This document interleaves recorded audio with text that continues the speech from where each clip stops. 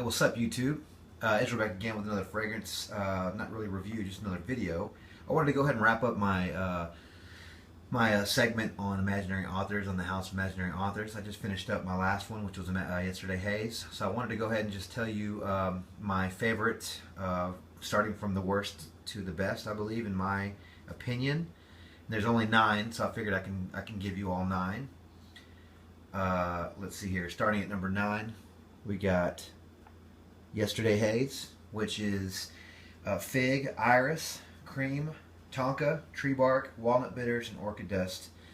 This one just really just smelled like tree bark to me. Nothing really spectacular going on with it. Apparently, women love wearing it. They're not so much. I don't really think a woman would like it on you, I guess, but they like to wear it. So I guess it's a combination of both. Maybe I'm assuming. I couldn't pull it off. Not one of my favorites. Coming in at number 8, we have Bull's Blood, which was the one that I did the other day, the review I did the other day, which was patchouli, rose, costus root, tobacco, black musk, and bull's blood. This one really did remind me of Guerlain's Habit Rouge. Had that rose and that patchouli dominant note. Not a big fan of this one. Very strong. If you love patchouli, then definitely go with Bull's Blood. If you love patchouli and rose, it's very dominated by patchouli and rose. So that's number 8, Bull's Blood. Violet Disguise comes in at number 7. I did this review a little earlier too. It was good. I liked it. I enjoyed it, but it wasn't my favorite. It was a little more feminine. This one had plum, violet, dried fruits, balsam, amber, evening air, and the month of May in it. Kind of reminded me a little bit of aerosol spray, kind of a fragrance, kind of like a Glade type fragrance. Good, but not the best. I've obviously smelled better from the line. Next on the list is the Tennis Ball here, the Soft Lawn. That one comes in at number 6. This one is Linden Blossom, Laurel, and Ivy Leaves, Vetiver, Oak Moss, Fresh Tennis Balls, and Clay Quartz. I did like this one a little bit in the line. This one had like a really nice opening. It was nice and green smelling. Then it had like some kind of like a rubber note to it for the tennis balls, and it kind of had some clay in it that kind of gives it a clay feel for the clay quartz.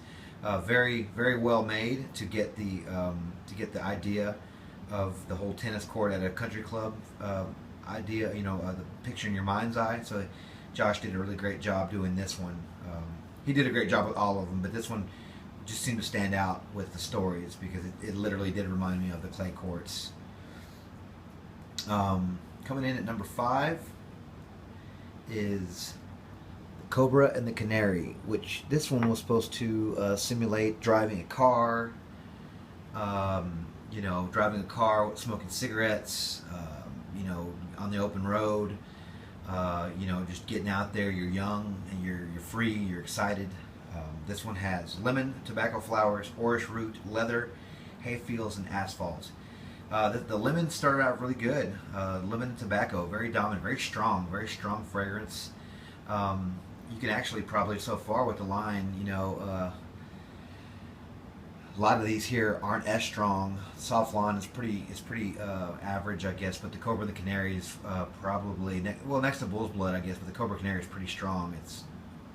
People say you should probably wear that one in the winter just because it stands out when it comes to the strength of the fragrance. But Cobra Canary was good. Really limey or really lemony, very lemony, and leather. A lot of leather in this fragrance. Very leather dominated fragrance. I think my favorite leather might be Tuscan Leather by Tom Ford, so this one would probably come in second on my leather fragrances. Number 4 is going to be Falling into the Sea. I just did this one earlier today as well. This one is lemon, bergamot, grapefruit, lychee fruit, tropical flowers, and warm sand.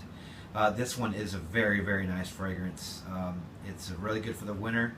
Definitely bottle worthy. I'd say my top 5 are going to be the bottle worthy, starting with this one. Definitely Falling into the Sea is bottle worthy. Leans a little bit on the feminine side, but I don't think it should be a problem with the fellows out there. I would probably put this one on my list to get a bottle of this one as well.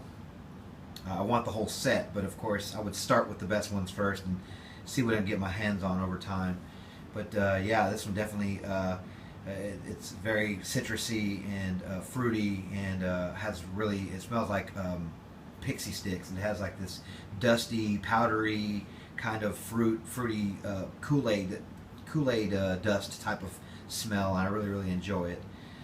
So number 3, we're gonna get to the top 3 now, is probably be a lot of y'all's number 1, but it might be the number 1 summer fragrance in the line. Will be Mosaic.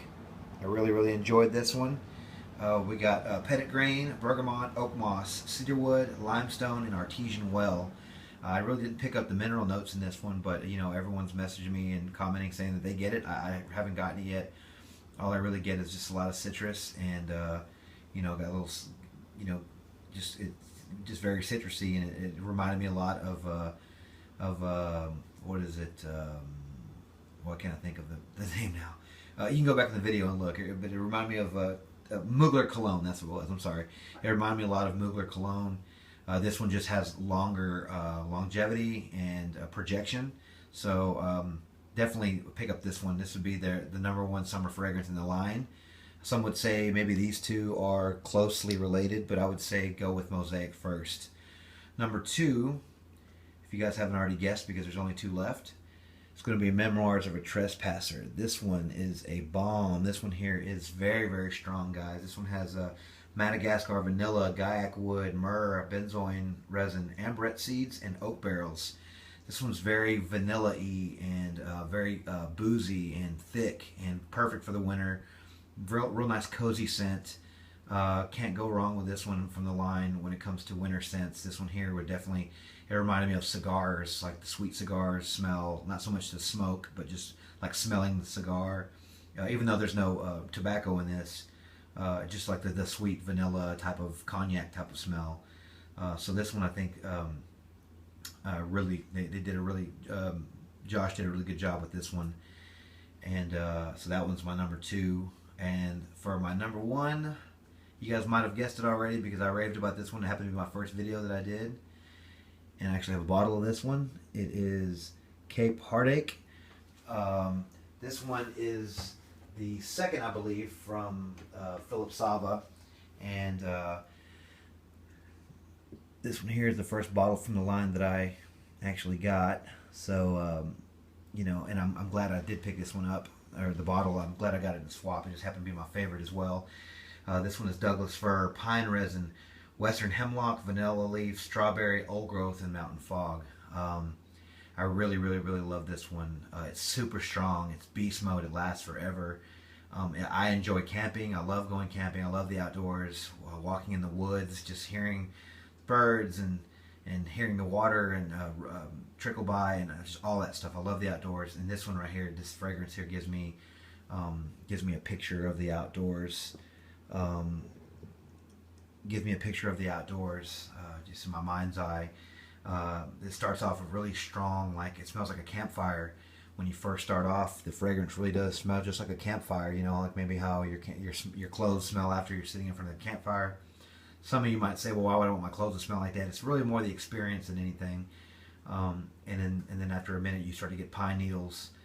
And after a little while longer, the strawberry, nice, sweet, juicy strawberry starts coming out. And it really, really balances this fragrance out really, really well. So I would say this one is darn near a masterpiece, but it's definitely the best of the line in my opinion. And so if you guys you know, would decide to get one bottle, maybe start with this one. All of them come with this cool little you know, little spine like a book here, and they have the notes in the back. So yeah, so that is my top 10, or I'm sorry, the top 9 of the Imaginary Authors line, with number 1 being Cape Heartache, and this will be a favorite as well for a long time, I believe, in my collection. So yeah, anyway, guys, please pick up your sample pack for $35 on imaginaryauthors.com, and buy bottles. You know, buy them up, collect the whole set. You know, be a nice little addition to your collection. I believe I'm definitely going to start working on getting my collection set up. So thanks again, guys. Rate, comment, subscribe. Let me know what you're thinking. Let me know what's your top 9 of these. If you could give me your top 9 or 10 or however many you have, please give me your top whatever of this line. I'd love to hear them. Rate, comment, subscribe. Let me know what you're thinking. Let me know how you're doing. And until the next video, you guys take care. Thanks again. Bye.